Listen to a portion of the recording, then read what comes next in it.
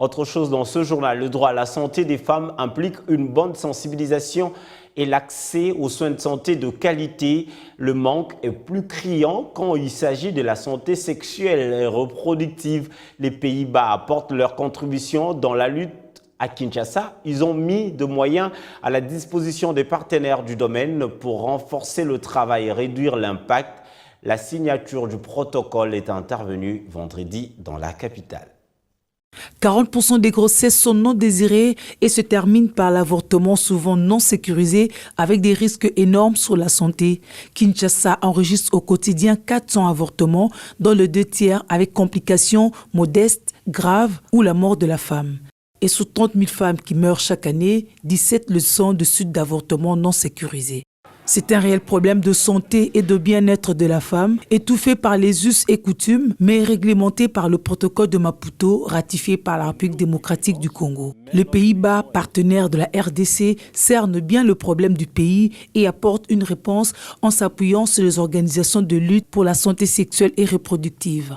C'est le sens de la signature de ce protocole d'accord pour améliorer l'accès à l'information sur la santé, les droits sexuels et reproductifs et les soins complets d'avortement. Youth Sprint Movement et en bonne coordination avec le ministère de la Santé, ce projet va se focaliser à 2 volets. Et un, c'est la sensibilisation. La sensibilisation sur les droits sexuels et reproductifs pour les hommes et les femmes ici à Kinshasa. Et deuxième volet, c'est meilleur service.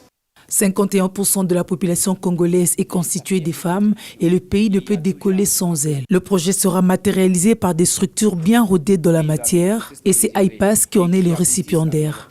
C'est important pour nous de savoir que nous pouvons compter sur le pays ami de la RDC, le Pays-Bas, pour faire avancer l'agenda de droits de la femme dans notre pays. Le travail que nous allons faire en consortium avec les différents partenaires que vous voyez ici, ce n'est pas un nouveau consortium.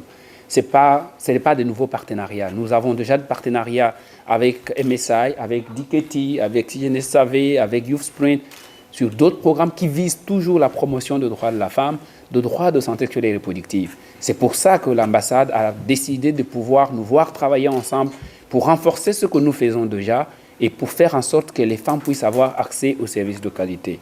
Chacun des partenaires a clairement défini sa participation dans cette sensibilisation sur le droit à la santé sexuelle et reproductive pour réduire les grossesses non désirées, renforcer les droits des femmes.